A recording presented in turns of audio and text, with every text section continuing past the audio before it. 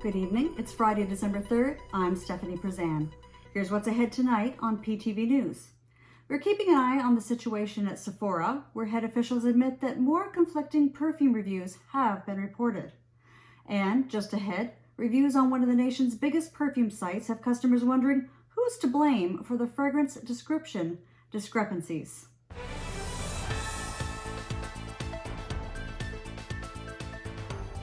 Further investigation into a potential perfume slander case has sparked interest from local authorities. The recent online posts accusing one perfume of being cheap have been getting a lot of attention. PTV News reporter Tammy Roxanne brings us the story tonight.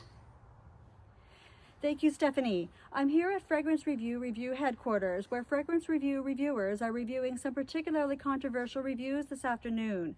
Comments made by Melissa, Alasia, and Susanna are facing criticism for being too harsh and devaluing the product in question. Melissa said this perfume smells like cheap hairspray mixed with cheap body spray from the late 80s. Bad, bad, bad. Alasia declared the bottle cheaply made, while adding the sprayer was hard to push down and it didn't come out nicely. Susanna compared it to the casinos she goes to, indicating that she only goes to cheap casinos. Talks will continue here at Fragrance Review headquarters in the coming weeks, and we will be continuing our coverage as the story develops. Tammy Roxanne, PTV News. Thank you, Tammy. Well, it's a case of he said, she said in Fragrance Town today. Many people are saying they are fed up with the current debate between rose heavy and lychee heavy on one newly released perfume. One reviewer states that it's not much of a rose perfume and more of a lychee musk. Curious K agrees, while stating she also wished there was more rose to balance out the tart lychee. Kelly Sprout, however, spoke up in an effort to discredit these views, claiming that the rose was more powerful than the lychee. Representatives from both sides are gathering today to try to resolve this matter. Grass, grape, or granny?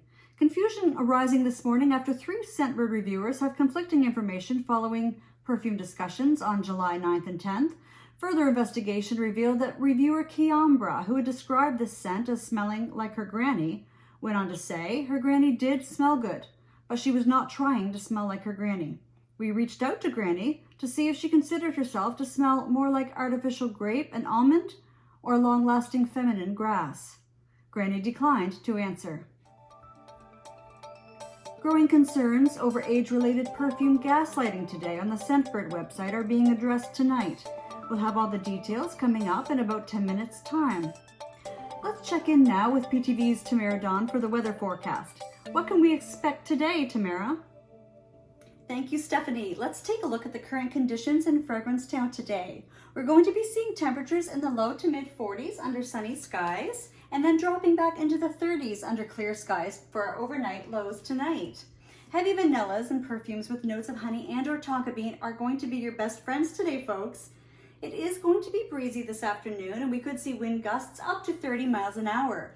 You're going to want to overspray slightly for the day, as winds may be blowing away that scent trail before folks even get a chance to catch a whiff.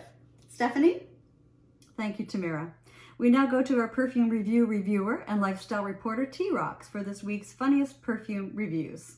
Thank you, Stephanie. This week's perfume reviews leave us wondering, what will people say next? One reviewer said this perfume reminded him of a used diaper and a spicy chemical candle. He very much hated it. Then the exact same perfume received a lot of love from another reviewer. She compared it to crawling into a cozy blanket, describing it as a warm, cozy, and sweet. She finished her review by saying she sprays it on before bed to sleep in a bubble of yummy. Or as the previous reviewer would say, a bubble of used diaper? But perhaps the strongest criticism came from the third reviewer in this screenshot, who called the perfume ugly, spicy, nauseating, weird, and synthetic with sugary preservatives. He also compared it to his grandmother's medicine cabinet and said, objectively, it's not that bad, but subjectively, bad. I want to leave you tonight with some remarks from Scentbird reviewer James, who came up with a colorful description for one perfume. He said it smells like a stripper in Nashville, in church, at Wednesday night Bible study, before her pole shift at Foxy Blues. She's also taking classes to become a certified medical assistant and runs a Forex scam with her brother. What will they think of next? Back to you, Stephanie. Thank you, T-Rox. It's always good to have a look at the lighter side of the news. In our final story tonight, charges of gaslighting are being investigated on the Scentbird website, as reviewers Randy and Shunta may have purposely written reviews assigning an elderly status to one perfume. These reviews allegedly may have been written in an effort to bring down Mira, who felt sexy and luxurious while using this fragrance. Mira is a millennial who said this perfume works with her and is claiming that she's been mislabeled as an old grandma by the reviews in question. She said this particular perfume brings out her youth and vitality, and that those who say it is exclusively for an older person are merely acting out of jealousy. Well, that's our news for tonight. Thank you for joining us, and we'll see you next time on PTV News.